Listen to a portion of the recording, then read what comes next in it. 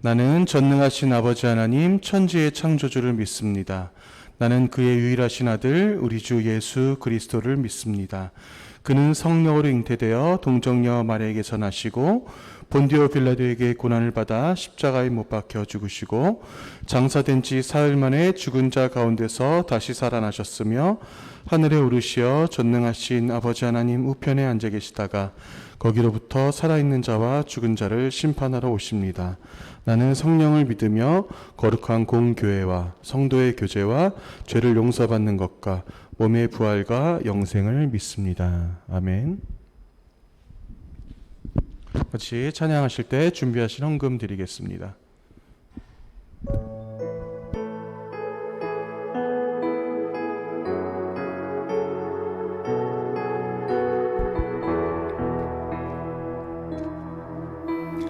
평화 하나님의 평강이 당신의 삶에 넘쳐나기를. 평화 하나님의 평강이 당신의 삶에 가득하기를 축복합니다. 기쁨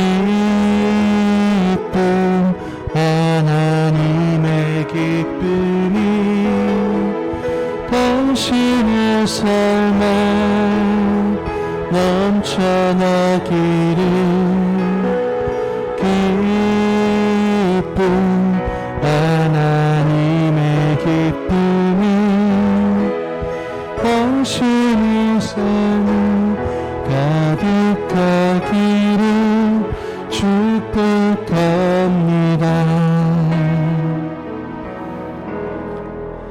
기도하시겠습니다. 하나님 감사합니다. 주님께서 주신 이 은혜 가운데 저희가 이 예배를 드리며 온전히 주 앞에 나와 주 앞에 예물을 드릴 수 있음이 얼마나 감사한지 모릅니다. 우리 아이들 하나하나 주님께서 붙잡아 주시며 이 시간 각자의 집에서 예배를 드리는 우리 아이들 가운데서도 주님께서 그 큰 축복 가운데 주님의 그 동일한 축복 가운데 함께하여 주시옵소서. 온전히 주만 바라보는 그 말씀 따라 살아가기를 원합니다. 이 아이들에게 주님께서 그 주시는 말씀이 더욱더 우리 아이들에게 그 충만함이 되며 오로지 그 은혜가 되며 주만 붙잡고 살아갈 수 있는 그 힘과 용기가 될 수 있도록 더하여 주시옵소서. 이 모든 말씀 예수님의 이름으로 기도합니다. 아멘.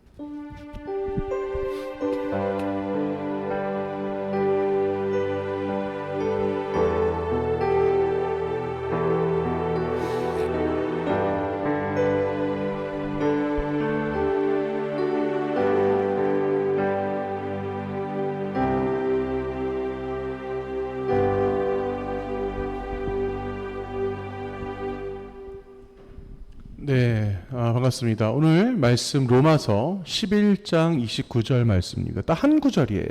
한 구절이기 때문에 짧습니다.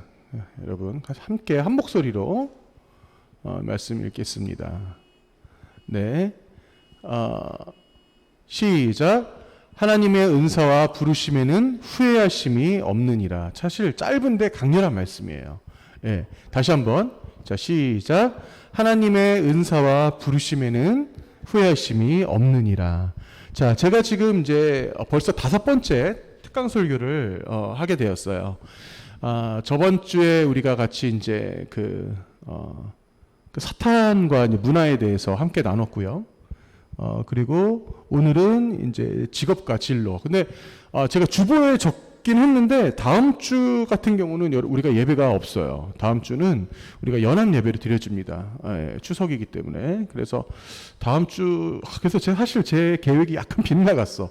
그래서 지금 12강을 다 마칠 수 있을지 지금 모르겠는데 그래서 약간 빗나갔는데 여하튼 그렇게 이제 진행이 돼요. 근데 제가 매번에 그 특강 설교를 준비하면서 우리가 이거는 조금 염두에 둘 필요가 있어요. 그래서 저도 사실 이 설교를 준비하면서 그런 생각을 하긴 하지만 특강 설교는 아무래도 이제 제가 말씀 강의 중심이 조금 벗어납니다. 조금 벗어나는 부분이 있기 때문에 좀 과학적인 부분, 사회적인 부분, 뭐 이제 이런 부분들 조금 더 많이 다뤄지는 부분이 있어서 여러분들에게 흥미로울 수도 있지만 또 이제 제가 이제 조금 우려하는 거는 좀 이제 은혜적인 측면이 조금 부족하지 않을까라는 생각도 좀 들기도 하더라고요. 근데 여하튼 뭐 그거는 뭐 제 몫이니까 여러분들에게 좀 뭐랄까 좀 아무래도 좀 필요한 이런 내용들 위주로 제가 이제 준비를 하게 되었습니다. 먼저 제가 오늘 제목을 굉장히 딱딱하게 잡았어요. 이렇게 직업과 진로. 이렇게 오늘 그 강의 주제 아니 특강 설교 주제를 잡았는데 기사 하나를 갖고 왔어요. 서울대생 60% 전공 잘못 골랐다라고 하는 이런 기사가 있어요. 자, 서울대생이 60%나 되는 친구들이 전공을 잘못 골랐다. 나 전공 잘못 골랐어. 정말 내가 이 전공 고를 게 아니었는데, 이제 이런 후회를 했다라고 하는 이제 이런 기사입니다. 실제적으로 여기 이제 어르신, 우리가 지금 이제 대학교를 이미 다 졸업한 그런 분들도 계시지만, 실제로 자기 전공을 살려서 그 직업을 갖는 사람들이 얼마나 될까? 이제 이런 생각을 했을 때, 저는 그래요. 한 50%는 안 넘지 않을까? 지금 저 퍼센티지가 맞는 것 같아. 50% 이제 안 넘지 않을까? 뭐 이런 생각이 사실 들기도 해요. 그런데 지금 이것은 무엇이냐면 우리나라 어떤 그런 교육제도 안에 있는 우리 친구들이 어쩌면은 점수에 맞춰서 대학을 가다 보니까 이런 일이 벌어지지 않았을까라는 생각을 해요. 여러분들 지금 여기에 있는 이 연예인들 아시는 분들 상당히 많이 아시죠? 그죠? 여기 지금 보면 뭐 여러분들 아실만한 사람 누가 있나? 원빈 뭐 그죠? 이영애 뭐 송혜교 뭐 송중기 이런 사람도 있죠. 제가 이 연예인들 지금 이제 가져온 이유가 뭐냐면 저기 니콜 키드먼도 있네. 자, 니콜 키드먼. 자, 아주 유명한 영화 배우지만 원래 전직이 마사지사였어요. 자, 소지섭 너무나 잘생기고 우리 여자친구들 되게 좋아할 수 있는 그런 영화 배우인데, 자, 전직이 수영 선수였습니다. 송혜교 피겨 선수, 이영애도 뭔가 다른 직업을 갖고 있죠. 지금 잘 안 보이네. 그죠? 그리고 원빈 같은 경우는 자동차 정비공이었어요. 예, 이제 뭐 이러한 여러 가지 그 직업들을 가지고 있어요. 그리고 신민아도 육상 선수였대. 왠지 어울린다. 브래드 피트 같은 경우도 그 길거리에서 그 어떠한 그런 로드 영업을 이렇게 하는 그런 사람이었어요. 근데 뭐 이러한 사람들, 이 연예인들의 어떤 이런 모습들을 봤을 때, 이 사람의 인생이라는 것이 직업 하나로 결정되는 건 아니구나라는 느껴질 수 있죠. 자, 제가 저번 시간에도 어떤 그런 과학적인 발전에 대해서도 잠깐 얘기하긴 했었지만 여러분, 사실 어떤 학자가 그러더라고요. 지금의 세상은 이제 뭐 100세 시대다, 120세 시대다, 좀 있으면 150세 시대다, 뭐 이런 말까지 와요. 그런데 사실 지금의 과학적 발전으로 봤을 때는 정말로 150세는 잘 모르겠는데 120세까지는 가능할 것 같아요. 정말로. 제가 올해 4, 5월쯤 해서 제가 이 근처에 있는 그 요양원에서 제가 잠깐 그 봉사를 한 적이 있어요. 근데 거기서 이제 뭐 진짜 그때도 말씀드렸지만 거기 한번 가면 찬송가를 80곡씩 불렀어, 진짜. 얼마나 그 노인분들이 좋아하시는지 찬양을, 예, 진짜 찬양을 80곡씩 불렀어요. 근데 거기서 딱 봤더니 할아버지들은 평균 한 70대 후반에서 80대 중후반 뭐 요 정도 사이였는데, 와, 정말 할머니들은 전부 다 90대였어. 그 요양원에. 그러니까 그 할머니들 중에서 80대는 이제 거기서 아주 청춘이었어요. 예, 그 요양원에서. 심지어는 제가 있을 때 106세 할머니가 들어오시더라고. 그 106세 할머니가 들어오시는데 기가 막힌 게 저랑 같이 앉아서 성경책을 읽을 수 있을 정도야. 예, 얼마나 정정하신지. 예. 지금 세상이 사실 그렇습니다. 더 많이 건강하게 살아가는 또 그런 세상이에요. 예. 그런데 그러기 때문에 그 직업, 뭐 미래학자들 같은 경우는 앞으로 지금 이 세상에는 아마 우리가 못해도 2개에서 3가지 정도의 평생의 직업을 가질 것이다라는 이런 추측을 하는 거예요. 예. 그래서 우리가 예를 들어서 예를 들어서 40대까지 직업, 40대에서 60대까지 직업, 아니면 70대까지 직업, 70대에서 그 이후의 직업, 이렇게 직업을 내가 어떤 한정적인 그 가운데서 국한할 수는 없다라는 거죠. 그거는 아마 지금 우리 친구들 아니 어른들도 아마 이런 생각에 대해서는 많은 고민들이 있을 거예요. 내가 지금 가진 직업을 언제까지 할 수 있을까? 이런 생각 아마 하기도 할 겁니다. 사실 저 개인적인 얘기를 좀 하자면, 저는 당연히 이제 목회를 할 거지만, 제가 이제 그런 생각을 가끔 한 적이 있어요. 제가, 워낙 저도 이제 뭐 이런 멀티미디어나 이런 것도 좋아하지만 아무래도 저도 이제 음악 미술 이런 쪽을 워낙 좋아하다 보니까 나중에 내가 한 70세 정도 됐을 때는 어떤 재즈 피아니스트 같은 이런 피아노를 치는 사람이 됐으면 좋겠다. 이런 막연한 생각을 한번 해봤습니다. 근데 아마 그래도 어느 정도 할 수 있지 않을까? 뭐 이런 생각도 해봐요. 예. 하여튼 노력할게요. 예. 자, 그래서 넘어가서 제가 오늘 이 직업과 진로라고 하는 이 제목을 가지고 여러분들과 함께 나누기 전에 이 홀랜드라는 사람을 얘기를 안 할 수가 없어요. 너무나 유명한 사람인데, 근데 이 사람 얘기를 하기 전에 우리가 하나 짚고 넘어갈 게 있어요. 제가 사실 이 홀랜드 강의를 제가 사실은 너무나 많이 했어요. 너무나 많이 했어요. 제가 이거를 심지어 수원과 안산에 있는 중학교, 고등학교는 단 한 개의 학교도 안 빠지고 다 다녔던 것 같아요. 예. 정말 그 한 2년이라는 시간 동안 제가 이 홀랜드 강의는 진짜 엄청 많이 했어요. 한 700번 이상 한 것 같아요. 진짜 이 홀랜드 강의만. 그런데 이 얘기를 하기 전에 우리가 사실 우리가 함께하는 우리 중고등부, 제가 사랑하는 이 생수계 중고등부 여러분들에게 꼭 말씀드리고 싶은 게, 먼저 전제하고 싶은 게 있어요. 그게 바로 뭐냐면, 여러분들에게 누군가가 물어볼 수도 있어. 너희는 꿈이 있니? 꿈이 있니? 라고 물어봤을 때 그 꿈을 단순히 직업이라고 생각하지 마세요. 예. 나는 커서 뭐 예를 들어서 중학교 선생님이 될 거예요. 아니, 나는 커서 엔지니어가 될 거예요. 아니, 나는 커서 변호사가 될 거예요. 어떠한 직업에 국한시키지 말라라는 거야.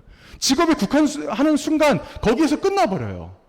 그냥 오로지 다른 거는 보이지 않는, 이 세상이 얼마나 넓은지 보지를 못한다라는 거지. 단지 내가 꿈이 어떠한 직업으로 국한시킨다라는 그 직업이 여러분들 대변하진 않잖아. 그렇죠? 예. 영찬이가 있는데, 예를 들어서 영찬이가 어떤 직업을 가졌을 때 영찬이가 먼저이지 그 직업이 먼저가 아니잖아. 그런 것처럼 그 직업을 가지고 어떠한 나라는 존재를 국한시키지 말라는 거예요. 예를 들어서 우리가 나는 커서 가르치는 사람이 되고 싶어요 라고 했을 때, 여러분, 단지 교사만 될 수 있는 게 아니에요. 요리를 가르칠 수도 있고요. 정비를 가르칠 수도 있고요. 어떤 기술을 가르칠 수도 있고요. 어떤 운동을 가르칠 수도 있는 거예요.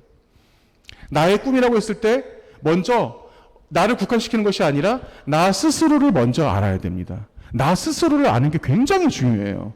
제가 고등학교 때 이 홀랜드, 지금 제가 앞에 보여드리는 이 홀랜드라는 사람이 만들었던 이 홀랜드 검사를 저도 고등학교 때 했어요. 지금도 기억이 나. 근데 이게 여러분, 콧방귀 끼면 안 돼. 거의 검사 결과예요. 이 검사 결과에 어떻게 나왔냐면, 이 한종이라고 하는 학생은 직업적 성격의 어떠한 그 결과를 봤을 때 방송국이나 연예인 쪽에 일을 해야 된다, 뭐 이런 식의 결과가 나온 거예요. 제가 얼마나 그 콧방귀를 꼈는지 몰라. 근데 나중에 생각해보면 그쪽이 맞지 않았나 이게 생각이 들면서도 어쨌든 그래요. 예. 근데 이 홀랜드 검사라는 게 여러분 100점 만점에 무려 96점입니다. 이 96점이 어떤 점수냐면 이 검사에 대한 결과의 신뢰도 점수예요. 그만큼 정확한 검사예요. 자, 오늘은 제가 어떠한 성경적인 말씀과 함께 여러분들에게 이 복음을 전할 거지만, 이 홀랜드 이론에 대해서 여러분들에게 조금 소개를 해드릴게요. 이 홀랜드 유형이 리아색이라고 해서 RIASEC형이라고 있습니다.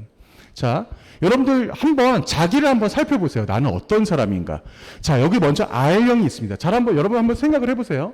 R형이 있습니다. R형은 어떤 사람이냐면 아주 솔직하고, 그리고 기계 같은 것들을 잘 다루면서, 자, 여기 보시면 신체적으로 여기 좀 건강하다고 나왔는데, 단지 그런 부분만이 이제 중요한 것이 아니라 자기 혼자 일을 하는 걸 좋아하는 사람이에요. 그래서 기계적인 일도 좋아하고요. 그리고 그 R형 같은 경우는 신체 활동을 통해서 일을 하는 걸 상당히 좋아하는 사람이고, 집중력이 강한데, 문제는 R형의 특징이 뭐냐면 혼자 하는 걸 좋아해요. 예. 누군가가 막 어울려 사는 걸 좋아하지 않아요. 그냥 기계랑 일한다던가, 예, 이런 걸 좀 좋아하는 사람이에요. 자, 이런 사람들의 특징은 공과대, 기계공, 그 전자공, 뭐 이제 체육대, 그러니까 기술이나 체육 쪽에 맞는 사람인 거죠. 직업적으로는 기술자, 엔지니어, 뭐 정비사, 조종사, 뭐 운동선수 이런 쪽에 맞는 사람입니다. 이런 사람이 R형이에요.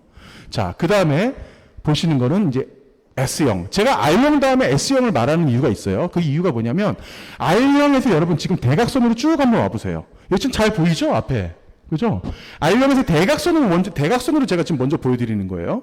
R형에서 대각선으로 보면 R형과 완전히 상반되는 유형을 제가 지금 먼저 같이 보여드리는 겁니다. S형이 완전히 R형과 상반돼요. 그래서 S형과 R형의 상반되는 가장 두드러진 특징 중에 하나가 뭐냐면 바로 사람들과 어울려서 일을 해야 된다는 거예요. S형은. 그래서 사람들과 어울려서 일하고, 그리고 이 사람들은 뭔가 친절하고 누군가 도와하는 걸 도와주는 걸 좋아하고, 근데 그 대신 기계나 뭐 공구 이런 거 만지는 거를 아주 흥미 없어해요. 힘들어 합니다. 운동 이런 거 힘들어해요. 전형적인 S형이 이제 그런 사람들이에요. 그래서 S형 같은 경우는 사범대, 교육대, 아니면 뭐 사회복지, 종교, 간호 이쪽에 어울려요. 저기 밑에 보시면 교사도 있지만 유치원 교사, 상담사, 특수학교 교사, 사회복지사, 임상치료사, 레크레이션 강사 이런 사람들이 이제 S형과 많이 어울리죠. 자, 두 번째는 이제 E형입니다. 자, E형 같은 경우는 여기 보시면 지금 지금 왼쪽 옆에 E형이라고 있죠? 자, 지금 보세요. 대각선으로 있는 유형은 상반되는 유형이고, 붙어 있는 유형은 좀 비슷한 유형들끼리 모아놓은 거예요. 그래서 지금 S형과 E형은 상당히 비슷해요. 어떤 게 비슷하냐? 바로 사람들과 같이 어울려요. E형도 비슷해. 사람들과 어울리고 이런 일을 좋아하는데, 근데 E형의 가장 두드러진 특징은 뭐냐면, 아까 S형 같은 경우는 사람들을 도와주고 같이 어울려서 뭐 하고 도모하고 얘기하고 떠들고 뭐 이런 걸 좋아한다면, E형은 군림해야 돼요. E형 같은 경우는 내가 군림해야 돼. 내가 거기서 리더가 돼야 돼. 예, 이 전형적인 이 E형이 기업형이라고 합니다. 그래서 이 사람들은 설득력이 강하고 지도력이 있고, 뭔가 여기서 어떤 그 상업적인 경제적인 이익을 타인을 통해서 취할 수 있는 이러한 능력이 있는 사람들이에요. 그래서 이런 사람들은 이렇게 상경대, 법대, 아니면은 어떠한 그런 세일즈 쪽, 뭐 경찰대, 행정대, 이런 쪽에 어울리고, 직업적으로는 정치, 아니면 뭐 판사, 영업사원, 보험회사, 뭐 이렇게 누군가를 통해서 설득을 한다거나 이렇게 리드할 수 있는 이런 직업에 어울리는 사람이 바로 E형입니다. 예, 자, 그 다음에 E형과 또 상반되는 그 대각선에 있는 게 바로 I형. I형 같은 경우는 탐구심이 높고, 그리고 뭔가 지적 호기심이 높고 학구열이 높아요. 그래서 I형이 높은 아이들 보면은 제가 이 검사를 하면서 느꼈지만 I형이 높은 아이들 보면은 대부분이 성적이 좋아. 왜냐하면 진짜 이 친구들 같은 경우는 깊이 빠져들어요. 그래서 특히 이제 공부나 아니면 자기 지적 호기심이 강하기 때문에 자기 혼자 뭔가 파고들고 책상에 아주 오래 앉아 있을 수 있는 아이인데, 근데 I형이 또 높은 사람들 특징이 뭐냐면 사람들과 어울리는 걸 별로 좋아하지 않아. 아까 R형과 옆에 있는 아이예요. I형 같은 경우는 R형과 옆에 있어요. 그래서 R형과 그 비슷한 유형으로는 이제 비슷한 그 어떠한 그 유형으로는 이제 사람들과 어울려서 이렇게 일하는 걸 이렇게 싫어하고 하는데, 여러분들 그래서 지금 우리가 이 홀랜드 검사를 해보면 여러분들 뭘 알 수 있냐면, 이 사람이라는 것은 다 다르구나라는 것을 우리가 인정할 수가 있는 거예요. 예를 들어서 나는 혼자 하는 거 뭐 하는 걸 좋아하는데, 사람들과 어울려 하는 거 뭐 싫어해. 괜찮은 거예요. 그 정상인 거야. 그 사람이 태어날 때부터 가진, 이게 지금 이 검사 이름이 직업적 성격 유형 검사예요. 네, 성격 유형 검사. 여기서 말하는 이 성격은 뭐예요? 바로 우리가 태어날 때부터 가지고 태어나는 게 성격입니다. 이 성격은 말 그대로 하나님이 주신 거예요. 하나님이 주신 고유의 색깔이기 때문에 죽을 때까지 변하지가 않는 거예요. 그 사람의 성격 유형을 가지고 만든 검사예요, 이게. 그래서 I형이 강한 친구들 같은 경우는 자연대, 물리, 좀 이과 쪽에 좀 많이 가까워요. 근데 이제 그렇다고 완전히 이과 쪽에 가까운 게 아니라 완전히 파고들고 공부하고 일어나기 때문에 이 친구들 같은 경우는 뭐 어떠한 과도 사실 갈 수 있는 그런 전공을 선택할 수 있는데, 직업적으로는 이제 연구원, 뭐 과학자, 뭐 이제 아니면 의사, 뭐 이제 이런 쪽에 하면 좀 어울리는 이제 그런 친구들이죠. 그래서 I형이 아주 높은 친구들 같은 경우는 만약에 사범대를 갔을 때 공부하는 건 좋아하는데 누군가를 가르치는 경우는 싫어하는 경우들도 많이 있어요. 예. 그래서 이제 그런 유형들 이제 있죠. 자, 이제 또 하나는 이제 관습형. 관습형 같은 경우 아주 보수적인 스타일이라고 생각하시면 돼요. 보수적이고, 그리고 항상 깔끔하고 정리정돈 잘하고, 뭔가 흐트러지는 걸 싫어하고, 책이 1번부터 40번까지 있을 때 숫자가 뒤바뀌어 있는 건 꼴을 못 봐. 반드시 1번부터 40번까지 나열되어 있어야 돼요. 예. 그래서 이 관습형 같은 경우는 완전히 어떤 공무원 스타일이기도 하고, 완전히 행정가 스타일이기도 하고, 그리고 그 좀 꼼꼼하고 그렇긴 한데, 이 단점이 있습니다. 단점은 뭐냐면 창의력이 좀 떨어져요. 예, 그래서 어떤 상상력이 좀 떨어지기 때문에 이 관습형이 강하신 분들 같은 경우는 항상 고정돼 있는 것, 내가 지금까지 읽어왔던 거, 이거를 그대로 유지하길 원하는 그런 보수적인 성향이 있죠. 예, 그래서 나는 사실 제가 이 유형들을 이렇게 알고 있기 때문에 가끔 저는 우리 교회에서도 이렇게 보면 저분은 아마 C형에 좀 가까운 것 같아. 교회 들어오면서부터 뭔가 예민해. 그래서 막 소리도 막 아주 내가 못 듣는 소리도 막 되게 잘 듣고 막 그런 분도 계시고 어떤 분들은 막 정리정도 너무 말도 안 되게 정리정도 막 진짜 막 과도하게 하고 막 이런 분들 다 보면은 벌써 이 C형에 가까운 뭐 이런 분도 계십니다. 그런데 C형에 완전히 상반되는 그 유형이 바로 뭐냐? 바로 A형 예술형이에요. 죄송해요. 자, C형, 자, 공인회계사, 세무사, 격리사원, 운임원, 감사원, 뭐 이런 쪽에 지금 그 직업에 가깝다고 지금 나와 있죠. 그래서 C형과 완전히 상반되는 게 예술형입니다. 이 C형과 A형이 근데 정말 극단적이에요. 왜냐하면 예술형 같은 경우는요, 뭔가를 다 깔아놔야 돼. 자기 집안에 책상 같은 데 다 깔아놔. 그게 마음이 편해. 그게 훨씬 잘 찾아. 내가 막 책 같은 것도 그냥 책상 같은 데 그냥 막 아무렇게나 꽂아놔도 그게 마음이 편해. 예. 제가 이걸 지금 여러분들에게 강조하면서 얘기하는 게 뭐냐면 제가 사실 이게 좀 가까워요. 제가 A형이 좀 가까운데 그 대신 A형의 장점이 뭐냐면 굉장히 상상력이 풍부하고 창의적입니다. 예. 그래서 이 예술형이 가까운 사람들은 그래서 아무래도 뭐 이렇게 가르치지 않아도 음악 미술이나 이렇게 좀 창의적인 활동을 잘하는 사람들이 있어요. 이런 사람들이 이제 예술형이에요. C형과 완전히 상반되지. 그래서 특히 C형과 A형을 붙여놓잖아. 맨날 싸워. 예. C형과 A형이 붙여놓은 특히 형제들이 그런 경우도 있어요. 형제 자매들이. 예. 그래서 붙여놓으면 정말 맨날 싸워. 너는 왜 방 안 치워? 그 누나는 왜 맨날 방 치워? 뭐 왜 이렇게 서로 싸우는 거야. 예. 서로 성향이 안 맞으니까 이거 인정해야 되는 거예요. 인정해야 되는 겁니다. 자, 그래서 여러분 보세요. A형 같은 경우는 예대, 음악, 미술, 도자기, 건축 쪽도 상당히 많이 어울리긴 해요, 사실. 예술가, 미술가, 뭐 건축가, 무용가, 연예인 이쪽에 많이 이제 가까운 사람들이 있습니다. 그래서 여러분들 이 검사를 하고 나면요, 여러분 보세요. 지금 탐구형, 예술형, 사회형, 기업형, 그리고 관습형, 실제형 이렇게 있잖아요. 여러분 제가 알기로는 그래요. 여러분들 학교에서 이 홀랜드 검사, 이 검사 이름이 있어요. 홀랜드 검사 아니면 MCI 검사. 아니면 SDS 검사, 뭐 이렇게 여러 가지 이름으로 있는데 결과적으로 똑같은 검사예요. 다 똑같은 검사인데 여러분들이 아마 한 번 이상은 이 검사를 받아봤을 거라고 제가 예상합니다. 학교에서 반드시 1년에 한 번은 이런 검사, 진로나 적성 검사를 여러분들이 받아야 되기 때문에 한 번 이상은 받았을 텐데 아마 관심이 없었을 수도 있어. 근데 오늘 제 얘기를 듣고 여러분들이 이 검사표가 있다면 한번 집에 가서 한번 살펴보세요. 나는 어떻게 나왔는지. 자, 지금 보시면 여기 보시면 붙어있는 유형끼리 RI 같은 경우는 좀 비사회적이에요. 아까 제가 말씀드렸죠? 사람들과 어울리는 거 싫어한다고. 그죠? A와 S 같은 경우는 좀 감정적이고 그리고 E까지 가면은 사회적. 사람들과 어울리는 걸 좋아하는. 그래서 붙어있는 유형끼리 사실은 높게 나오는 게 좋아요. 여기서 여러분 한 가지 유형만 높게 나오지 않아요. 대부분 2가지나 3가지 정도가 높게 나옵니다. 자, 그런데 이게 어떻게 나오는 게 이렇게 붙어 있게 나오는 게 사실 좋아요. 그러면 여러분들 나중에 여러분들이 진로를 결정할 때 AS 관련된 그 전공과 그 직업만 선택하면 되는 거야. 예, 고민할 필요가 없어. 여러분들은 그게 딱 맞는 직업인 거예요. 예, 이 검사의 정확도가 워낙 높기 때문에 여러분들에게 있어서 여러분들이 맞는 직업을 그렇게 선택하면 됩니다. 이것도 마찬가지예요. 이렇게 예를 들어서 RC 이렇게 붙어 있다거나 아니면 RI 붙어 있다거나 이게 붙어 있는 유형끼리 나오는 게 상당히 정상이고 여러분들이 직업을 선택할 때 아주 좋을 거예요.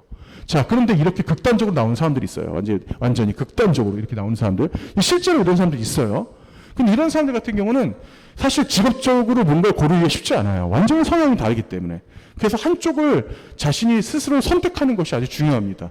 그래서 여기서 중요한 게 뭐냐면 바로 진로 적성이란 말이 나온 거예요.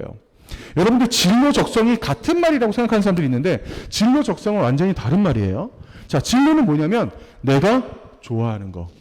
진로는 내가 좋아하는 걸 말하는 거예요. 내가 어떤 일을 할 때 나 일할 때 너무 행복해. 지금 제가 그래요. 제가 이렇게 이 설교단에 서서 제가 여러분들에게 말씀을 전하고 제가 교회에서 사역하는 것은 저에게 제 인생에서 너무 행복해요, 사실. 제가 이것을 언제 느꼈냐면요. 잠깐 제 얘기를 좀 하자면 제가 20대 중반에 그 대학을 졸업하고 첫 직장에 들어갔어요. 첫 직장에 들어갔는데 제가 첫 직장에 들어갔을 때 그 회사가 얼마나 성장 속도가 빨랐는지 제가 처음 들어갈 때 그 회사의 인원이 600명이었는데 한 4년 지나니까 3,000명이 된 거야. 네, 엄청 그 회사의 성장 속도가 엄청나게 빨랐어요. 그 4년 정도 됐을 때 제가 이제 중간 관리자 정도 돼갖고 1년에 한두 번씩 회사에서 세미나를 하는데 제가 거기서 어떠한 강의를 할 일이 있었어요. 강북에 있는 광운대 대강당을 빌려서 거기 전 직원이 다 앉아서 거기서 이제 제가 준비한 PPT를 가지고 강의할 일이 있었는데 엄청 긴장이 되고 얼마나 떨리던지 그 직원들만 3,000명인데 앞에 쫙 앉아 있으니까 이제 제 차례가 돼서 마이크를 잡고 올라섰습니다. 올라서서 이제 이 PPT를 제가 이렇게 지금처럼 이렇게 프리젠트를 잡고 딱 앞에 올라서서 그 3,000명 사람들 앞에서 이 강의를 시작을 하는데 그때 저는 생각을 했어요. 마이크를 잡자마자 저는 그 생각을 했어. 와, 이 사람들이 전부 다 교회 성도였으면 좋겠다. 지금 여기가 교회였으면 좋겠고 다 하나님의 은혜 가운데 내가 말씀을 선포하는 사람이었으면 좋겠다라는 생각이 드는 거예요. 그러면서 하나도 안 떨리는 거야. 하나도 긴장이 안 되는 거야. 예. 그때 저는 알았어요. 내가 사역을 해야 되는구나. 내가 하나님의 일을 해야 되는구나라는 생각을 저는 그때까지도 저는 전도사 사역을 안 했었어요. 예. 그때 제가 20대 후반이었는데 그때까지도 제가 사역을 안 하고 있었을 때였는데 어쩌면 참 하나님께서 그런 마음을 주셨던 것 같아요. 그리고 또한 지금 이런 전문적인 표현으로 한다면 저에게 있어서는 정말 딱 맞는 진로였던 거죠. 예. 그 마음 주심이 참 감사했습니다. 자, 두 번째 여러분 적성에 대해서 말씀드릴게요. 적성은 뭐냐면 내가 잘할 수 있는 거예요. 자, 예를 들어서 이런 경우가 있어요. 아니, 잘할 수 있는 거와 내가 좋아하는 거 같은 거 아니에요? 아니에요. 같은 거 절대 아닙니다. 자, 예를 들어서 저 같은 경우 또 제 얘기를 드릴게요. 제가 군대에서 제대하기 전까지 제가 어떠한 특정 운동을 되게 좋아했어요. 그게 바로 뭐냐면 축구예요, 축구. 제가 중학교 2학년 때부터 고등학교 3학년 때까지 학교에서 체육 시간만 되면 정말 점심 시간에도 나가서 맨날 축구하고 막 그랬어. 근데 저의 아주 사소한 단점이 있었어요. 아주 사소한 단점. 그게 뭐냐면 축구를 너무 못했어. 축구를 진짜 너무 좋아하는데 축구를 너무 못했어. 그래서 친구들이 맨날 진짜 나랑 같은 편 안 되려고 막 아주 애를 썼었어요, 진짜. 나 쟤랑만 같은 편 안 되고 싶다고 막 진짜. 그래서 어쩔 수 없이 제가 포지션이 밀려가서 결국에는 나중에 마지막 남은 골키퍼 자리를 하게 됐는데 골키퍼는 잘하는 거야. 등치가 크고 뭔가 날렵하지 않게 생겼지만 또 나름대로 날렵하고 막 그래서 정말 군대 2년 2개월 군대 제대하는 그 전날까지도 축구를 했어요. 예. 근데 진짜 못했어. 이게 뭐냐? 진로는 강한데 적성이 완전히 떨어지는 이런 경우인 거예요. 근데 저 같은 사람 축구 선수 될 수 있어 없어요? 죽어도 안 되는 거야. 누가 시켜줘? 근데 이거는 될 수 있어. 축구 관련 기자는 될 수 있어. 무슨 말인지 알겠죠? 그죠? 축구 관련 에이전시 아니면 에이전시 이런 회사의 직원이 될 수 있겠지. 그죠? 축구를 워낙 좋아하니까. 이러한 개념이 될 수 있는 거예요. 이게 바로 진로 적성의 개념이라는 거야. 그렇기 때문에 여러분 진로 적성이 두 가지가 다 맞는 사람들은 정말 행복한 사람인 거예요. 근데 생각보다 여러분 세상 사는 게 쉽지가 않다. 진짜 진로 적성이 다 맞는 사람이 쉽지가 않아요. 자, 이런 사람 있어요. 이 검사 결과 요만하게 나와. 아무것도 높게 나온 게 없어. 이런 친구들 보면은 대부분 뭔가 좀 자신이 없고 기운이 없고 세상 사는 것에 대해서 큰 의미를 가지지 못하고 이런 친구들, 사실 이런 친구들 같은 경우는 저희들 따로 불러서 상담을 했어요. 예. 근데 반대로 이런 친구도 있어요. 보세요. 극대화된 친구. 다 좋아. 예. 모든 게 다 좋아. 완전히. 이런 친구들 보면 항상 뭔가 들떠 있어. 항상 방방 뛰어다녀. 선생님 저 자신 있어요. 선생님 모두 다 할 수 있어요. 선생님 시켜만 주세요. 근데 사실 허당인 거지. 말만 그런 거야. 예. 그냥 이 친구들은 그냥 항상 기분만 좋아. 뭔가 기운만 있어. 이런 친구들이 있어요. 실제로. 그렇기 때문에 여러분들 이 검사를 하게 되면 여러분 지금 여기 앉아있는 친구들도 이 검사 앞으로는 한 번 더 할 수 있어요. 이 검사 결과를 봤을 때 자신을 잘 분석하는 게 굉장히 중요합니다. 자, 오늘 이 말씀 한번 읽어볼게요. 시작. 하나님이 그들에게 복을 주시며 하나님이 그들에게 이르시되 생육하고 번성하여 땅에 충만하라. 땅을 정복하라. 바다의 물고기와 하늘의 새와 땅에 움직이는 모든 생물을 다스리라 하시니라. 자, 이게 하나님께서 우리에게 주신 말씀입니다. 이게 제가 이 말씀을 왜 가져왔냐면요. 여러분, 하나님이 이 세상 만물을 다 창조하시고 나서 여러분 한번 생각을 해보세요. 이 땅에서 일을 하게 만든 동물은 오로지 사람밖에 없어. 그죠? 이 땅에서 일을 하게 만든 건 오로지 사람밖에 없어요. 그렇기 때문에 하나님이 인간에게 일하라고 하신 그 일은 절대 지긋지긋한 일이 아닙니다. 창조적인 노동이에요. 왜냐? 하나님도 일하셨어요. 하나님도 여러분 6일 동안 일하시고 7일째 쉬셨던 것처럼 하나님도 일을 하시는 그 모습을 손수 보여주신 거예요.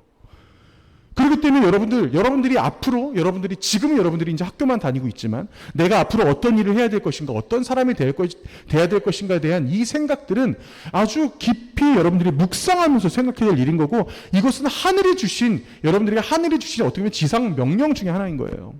예. 너희들이 일을 해서 이 땅을 일구어서 이 세상의 모든 생물을 다스려라라고. 이 하나님의 명령, 사실 얼마나 가치 있는 명령인지 몰라요. 여러분, 제가 작은 사례로 지금 우리가 코로나 시대이기 때문에 상당히 위축되어 있습니다. 특히 장사하시는 분들 같은 경우는 너무나 힘들어요. 일반적으로 사업하시는 분들도 굉장히 아마 힘든 분들 많을 거예요. 그런데 이런 와중에 우리가 그래도 어떻게든 살아갈 수 있는 그런 희망들은 반드시 있다고 봐요. 아주 오래전에 유럽 사회에 흑사병이 돌았던 적이 있어요. 그 흑사병으로 인해서, 근데 흑사병으로 여러분 수백만 명이 죽었는데 지금 생각해 보니까 코로나가 더 많이 죽은 것 같아. 어쩌면 코로나로 인해서 죽은 사람이 흑사병을 넘어설 거라고 저는 예상을 합니다. 이때 당시에 의학이 발달하지 못했기 때문에 이 흑사병으로 유럽에서 수백만 명의 사람들이 죽어나가는데, 그때 아무 일도 못하고 연구소에서 일하지 못하고 그냥 집에 틀어박혀 있던 한 과학자가 있었습니다. 이 과학자가 흑사병으로 인해서 정말 자신이 아무것도 연구를 못하고 혼자서 그냥 집에서 조용히 묵상을 하고 있었어요. 묵상도 하고 연구도 했겠지. 이 사람이 이제 하나님을 믿는 사람이었기 때문에. 그런 와중에 이 사람이 놀라운 발견을 합니다. 그 놀라운 발견이 이 세상을 뒤집어요. 그 사람이 바로 누구냐? 바로 아이작 뉴턴이에요. 뉴턴이라는 사람이 그 흑사병 때문에 집에 있으면서 만류인력을 발견하게 되는 거예요. 예, 그걸 알게 된 거죠. 아무리 어려운 시대에도 여러분, 반드시 빠져나갈 구멍은 있어요. 반드시 빠져나갈 수 있는 어떠한 그러한 하나님이 주신 그런 루트들은 반드시 있다고 봅니다. 여러분들의 인생에 있어서도 하나님께서 큰 축복 가운데 있을 거라고 저는 반드시 예상을 해요. 갈매기의 꿈이라고 하는 책을 지은 사람이 있어요. 이게 사실 청소년 권장 도서예요. 여러분, 굉장히 유명한 책입니다. 네. 이 책을 지은 사람이 바로 리차드 바흐라고 하는 사람이에요. 이 사람 미국의 소설가인데, 미국의 소설가이지만 그 전에 이 사람이 이제 항공 그 조종사였어요. 근데 이 사람이 지은 책 중에 갈매기의 꿈이라는 책에 나오는 그 내용과 상당히 비슷한데, 환상이라고 하는 이 책의 일부분이 있어요. 자, 이 부분에 제가 내용을 여러분들에게 말씀을 드리겠습니다. 어떤 강물에 바위를 꼭 잡고 있는 이끼가 있었어요. 이 바위를 꼭 잡고 있는 이끼가 있었는데 정말 떨어지지 않으려고 더 그 이끼들은 그 바위를 더 꼭 붙잡고 있었어요. 그런데 어느 날 봤더니 자기랑 똑같이 생긴 친구들이 강물 위로 너무나 자연스럽고 너무나 유유히 둥둥둥둥 떠다니는 거야. 쟤네는 뭐지? 우리는 이 바위를 붙잡고 떨어뜨리는 것조차 너무나 무서운데 도대체 쟤네는 뭐지? 궁금해하기 시작했어요. 그래서 그 친구들에게 물어봐요. 우리의 신이시여, 우리를 구원하소서. 그들을 어떠한 엄청난 위대한 존재로 생각하기 시작했어요. 그러면서 그들에게 저렇게 얘기를 하죠. 우리의 신이시여, 우리를 구원하소서 하면서 그들에게 어떻게 요청을 해요. 그랬더니 그 이끼들이 얘기를 합니다. 너희들이 붙잡고 있는 손을 놔. 지금은 힘들겠지만 잠시간 강물에 내동댕이 쳐서 너희를 멍들게 할지 몰라도 너희를 강물 위로 띄어서 흘려보내줄 거야 라는 말이 나와요. 이게 무슨 말이냐면, 이거 아니면 절대 안 돼. 내가 지금 이거 아니면 죽어도 나는 살아갈 수가 없어 라고 하는 그 고정관념에 틀어박혀 있는 이 집착거리는, 그리고 평생 투덜거리는, 이렇게 살고 있는 사람들이 이 땅에 얼마나 많은지 모릅니다. 그러나 정말 여러분들이 하고 싶은 일이 있다면 반드시 그 일을 해야 된다 하라는 그런 얘기예요. 사실 이거는 하나의 그냥 소설이지만 저 안에서 나오는 어떠한 그 메시지가 얼마나 위대한지 몰라요. 우리는 어떠한 좋은 성적, 좋은 대학, 좋은 직업, 좋은 배우자를 만나야 여러분들 행복할 거라고 생각을 해요. 하지만 행복의 조건은 절대 그런 것이 주는 것이 아닙니다. 내가 주어진 상황에 얼마나 감사하냐가 굉장히 중요해요. 자, 제가 이분에 대해서 사실 설명을 하자면 사실은 한 거의 3주, 4주 정도는 설명을 해야 될 사람입니다. 이 사람 굉장히 유명한 사람이에요. C.S. 루이스라고 하는 사람이고요. 1800년대 태어난 사람인데 이 사람이 얼마나 독특한 사람이냐면 여러분 혹시 나니아 연대기라는 그 영화 본 적 있어요? 아직 친구도 본 적이 없는 사람도 있나? 나니아 연대기 작가예요. 이 사람이 나니아 연대기 작가고 이 사람 친구가 갑자기 까먹었어. 그 뭐지? 예? 네. 맞아요. 그분이 어떤 거야? 어떤 영화를 만들었는데, 네, 맞아. 반지의 제왕. 반지의 제왕의 작가입니다. 그분이 친구예요. 근데 이분이 얼마나 독특한 회심의 과정을 가졌냐면, 이 C.S. 루이스라는 사람이, 사실 보세요. 저도 마찬가지고, 여기 있는 분들도 마찬가지일 거예요. 우리가 하나님을 믿고 하나님의 그 은혜 가운데 우리가 회심의 과정을 거쳐갑니다. 그 회심이라는 것은 정말 뜨겁게 눈물을 흘리면서 내가 죄인이구라는 것을 고백하는 그 순간인 거예요. 그런데 저 같은 경우도 저는 그 과정을 중학교 때 거쳤어요. 내가 진짜 예수 그리스도가 정말 나를 위해 돌아가셨구나라는 그 뜨거운 그 은혜를 우리가 느끼는 그런 시점, 그 시점이 옵니다. 그런데 이 C.S. 루이스라는 사람은 기독교 집안에서 태어났음에도 불구하고 이 사람은 철저한 무신론자였어요. 하나님을 배척하고 성경을 비판하면서 그리고 이 세상에 하나님이 신적인 존재가 어디 있어? 굉장히 자연과학주의적인 사람이었어요. 그런데 이 사람의 직업이 뭐였냐면 철학과 문학을 전공한 사람이었기 때문에 이 사람은 어떤 서사, 설화, 그리고 소설, 그리고 굉장히 문학에 뛰어난 사람이었기 때문에 이 사람이 쓰는 글마다 아주 대단한 영향력을 주는 그런 작가였습니다. 근데 이 사람이 옥스퍼드 대학에서 아까 지금 말씀하신 자신의 그 동료들과 자신의 친구들과 밤새도록 대화를 할 수 있는 그런 시절이 있었어요. 밤새도록 대화를 하는 순간에 정말 기가 막힌 일이죠. 밤새도록 대화를 하는 순간에 회심을 갑니다. 밤새도록 대화를 하면서 갑자기 하나님이 살아계심을 알게 되는 거예요. 느끼게 되는 거예요. 몸소 본인이 하나님을 체험하게 되는 거예요. 아, 하나님 살아계시구나. 이게 여러분 말이 안 되는 일이에요. 생각해보면 진짜 말이 안 되네. 솔직히 저만 하더라도 어느 순간 갑자기 저에게 들어왔던 그 하나님의 그 은혜. 내가 예수 그리스도를 인정하며 예수 그리스도가 나로 인해서 십자가를 못 박았다라는 것을 여러분 인정한다는 것은 정말 기적 같은 일이에요. 근데 C.S. 루이스라는 사람은 그런 상황에, 그런 말도 안 되는 상황에 친구들과 같이 밤새도록 얘기를 하는 중에 거기서 갑자기 회심의 과정을 거쳤다라는 거죠. 그러면서 이 사람이 쓴 저 책에, 영광의 무게라고 하는 저 책에 이 사람이 순전한 기독교라는 아주 유명한 그 책도 지었지만 이 책에 이 사람이 쓴 이 글 좀 한번 봐봐요. 하나님과 다른 모든 것을 가진 사람이 하나님만 가진 사람보다 더 많이 가진 것은 아닙니다라는 거예요. 이거 얼마나 은혜로운 말이에요. 얼마나 은혜로운 말이야. 너희가 어떤 것을 가졌건, 얼마의 돈을 가졌건, 어떤 차를 가졌건, 어떤 배우자를 가지고 있던, 어떤 집에 살던 간에 그 모든 것을 가지면서 하나님을 믿는 사람이 단지 하나님만 믿는 사람보다 위대하진 않다라는 거야. 우리들에게 있어서 너무나 중요한 말씀인 겁니다. 여러분들의 전부가 하나님일지라도 여러분 이미 충분한 사람들인 거예요. 여러분들의 전부가 오로지 하나님만 있을지라도 여러분은 충분히 행복한 사람인 거예요. 여러분들이 이 세상을 살아가는 데 있어서 이미 여러분들 지금 이 시간에 여러분들이 여기서 예배를 드리는 이것만으로도 여러분들은 충분히 주 안에서 행복한 사람인 겁니다. 그 은혜 가운데 그 은혜를 바라보며 살아갈 수 있기를 바라요. 제가 오늘 진로, 직업에 관련된 이 말씀을 여러분들과 함께 했지만 먼저 나에 대해서 아는 것도 너무나 중요해요. 그렇지만 저는 이렇게 말씀드리고 싶어요. 여러분들이 삶에 있어서 너무나 많은 고민들과 너무나 어떠한 어려운 가운데 있는 그런 친구들도 있을 수 있어요. 근데 하지만 그보다도 여러분들이 정말 우리 사도 바울도 그런 얘기를 하잖아. 나처럼 예수 그리스도 안에 있을 때 자신의 스스로를 사도 바울도 나처럼이라고 얘기할 정도로 자신 있게 얘기하잖아요. 예수 그리스도만 오로지 주님만 바라보며 살아갔을 때 여러분들이 더 어떠한 고난도 이겨낼 수 있으며 여러분들에게 충분한 행복감을 줄 수 있을 것입니다. 여러분들이 아까도 말씀드렸지만 반드시 여러분들의 꿈을 실현하세요. 그리고 여러분들이 행복한 일을 할 수 있었으면 좋겠습니다. 그리고 이 C.S. 루이스라는 사람에 대해서는 제가 나중에 조금 더 할 수 있는 그러한 얘기들이 굉장히 많이 있을 것 같아요. 자, 그러면 함께 오늘 찬양하면서 이 찬양의 가사가 사실 오늘 우리 함께 나눴던 말씀과 많이 비슷한 것 같아요.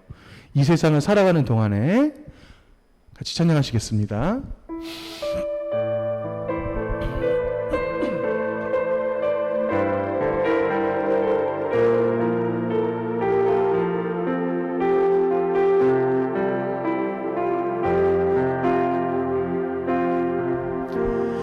이 세상을 살아가는 동안에 나의 힘을 의지할 수 없으니 기도하고 낙심하지 말 것을 주께서 참소망이 되시니라. 하나님의 꿈이 나의 비전이 되고 예수님의 상품이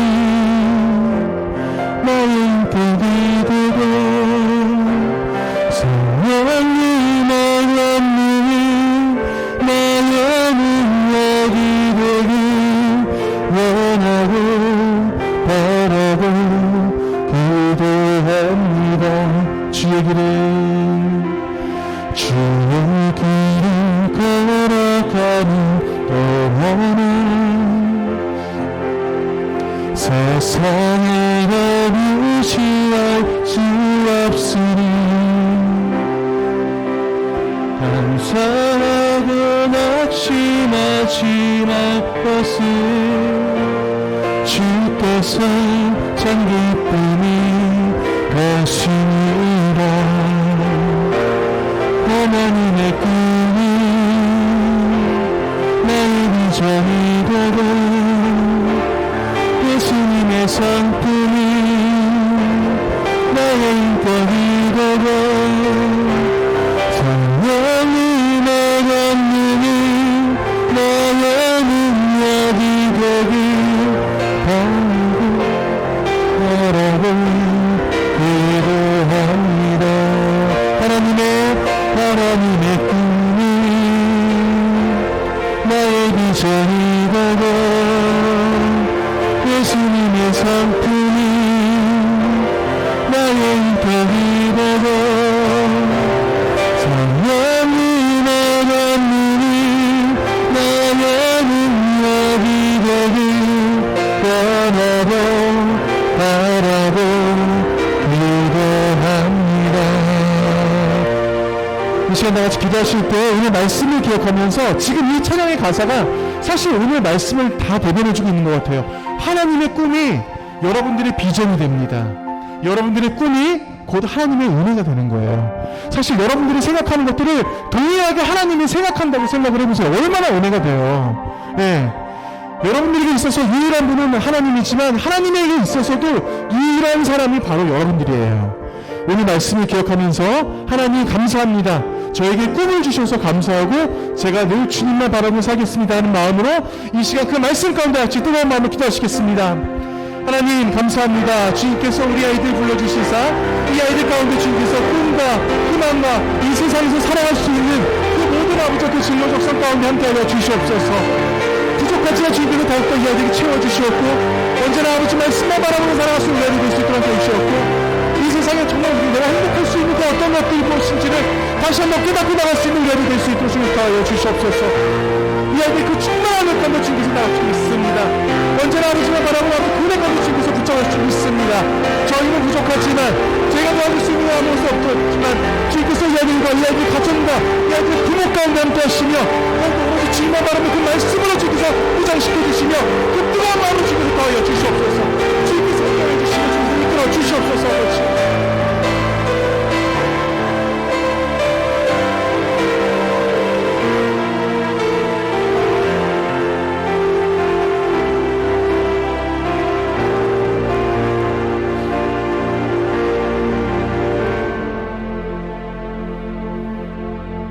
하나님 감사합니다. 주님께서 오늘 주신 말씀이 얼마나 귀한지 모릅니다.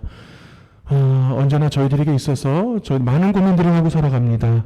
우리 아이들을 통해서 주님께서 먼저 주님께서 이 아이들의 손을 붙잡아 주시며 이 아이들이 생각하는 그 어떤 고민들이든 어떠한 문제점이든 다 내려놓고 우리 아이들이 주님 의지하며 나갈 수 있도록 주님께서 더하여 주시옵소서. 이 세상에서 내가 살아가는 것이 어떠한 가치를 가지고 살아가는지 저희들은 알지 못하지만 하지만 주님께서는 아십니다. 주님께서 이 아이들에게 먼저 말씀으로 또 은혜로 무장시켜 주시며 오로지 주님 아니면 저희들이 살아갈 수 없음을 고백하며 나갈 수 있도록 함께하여 주시옵소서. 그 대단한 문호였던 C.S. 루이스처럼 이 아이들이 그 뜨거운 마음으로 주 앞에 나오며 뜨겁게 무릎 꿇고 회심할 수 있는 우리 아이들 될 수 있도록 주님께서 이 아이들 붙잡아 주시옵소서. 언제나 저희들이 살아가는 그 모든 과정 가운데 주님께서 관여하시며 개입하여 주시옵소서. 지금 이 예배당에는 없지만 각자의 집에서 예배드리는 우리 아이들에게도 함께 하시사 그 아이들의 신앙과 그 아이들의 건강과 그 아이들의 학업 가운데 주님께서 더욱더 붙잡아 주시옵소서.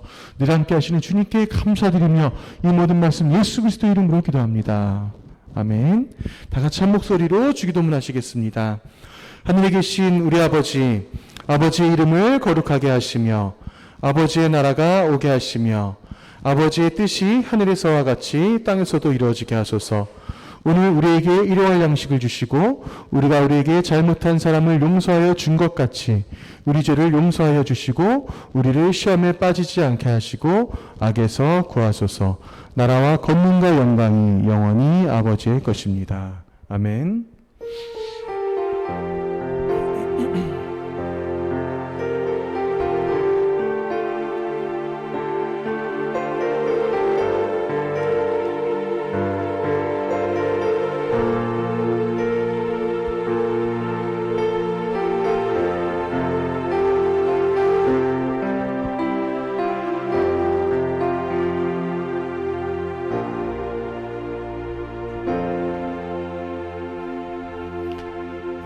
자, 먼저 광고 말씀 좀 전해드릴게요. 여러분들 주보 가지고 계시면 주보 보셔도 되는데 다시 말씀드리지만 다음 주 예배는 여러분 11시 예배로 연합 예배를 드립니다. 그래서 여러분들 중고등부 예배는 9시에 다음 주 예배는 없어요. 그리고 여러분 그 추석 명절이 다음 주부터 이제 연휴가 시작되는데 그 명절 기간 동안 여러분들 더욱더 가족들과 행복한 시간들 보내시지만 그 안에서도 우리가 또 이제 신앙적인 은혜 가운데 거할 수 있길 원합니다. 여러분들을 위해서 반드시 기도하겠습니다.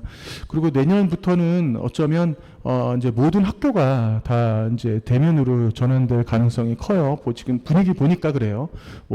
왜냐면 이제 백신들도 거의 다 이제 맞았고 그러는 상황이기 때문에 그래서 위드 코로나로 지금 우리나라가 이제 가고 있잖아요. 이제 전 세계적인 분위기도 하지만 그래서 여러분들이 이제 어떠한 삶에 있어서도 좀 더 어떤 자신들이 기존에 코로나 전에 살았던 여러분들의 페이스를 찾아갈 수 있었으면 좋겠고 그리고 제가 여러분들에게 전해드리는 이 특강 설교가 사실은 굉장히 현실적인 그러한 또 내용도 담고 있지만 여러분들에게 정말 꼭 필요하고 도움이 될 만한 또 그런 또 내용들이 될 수 있기를 바랍니다.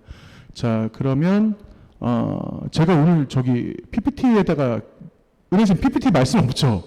그러니까 말씀 안 적어서 제가 다음 주에 여러분들과 함께 나누도록 하겠습니다. 그러면 뒤에서 간식 받아가시고 예배 마치도록 하겠습니다. 감사합니다.